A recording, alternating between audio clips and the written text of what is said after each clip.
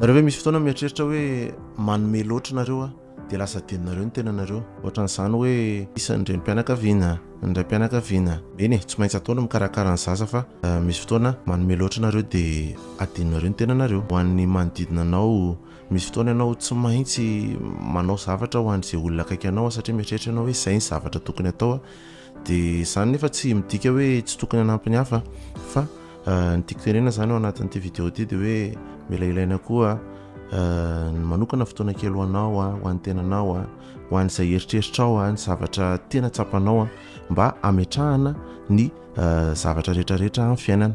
Dia izany nefa tsy midika hoe fitiavan-tena fa ilaina ny mikarakara ny tenanao. Iny nefa avy eo lasa herintsika entinao manao an'izay tokony ataonao ho an'ny manodidina anao indray sy ho an'ny zanakao sy izay rehetra manodidina anao. Noho izany aza adino ny mieritreritra momba anao.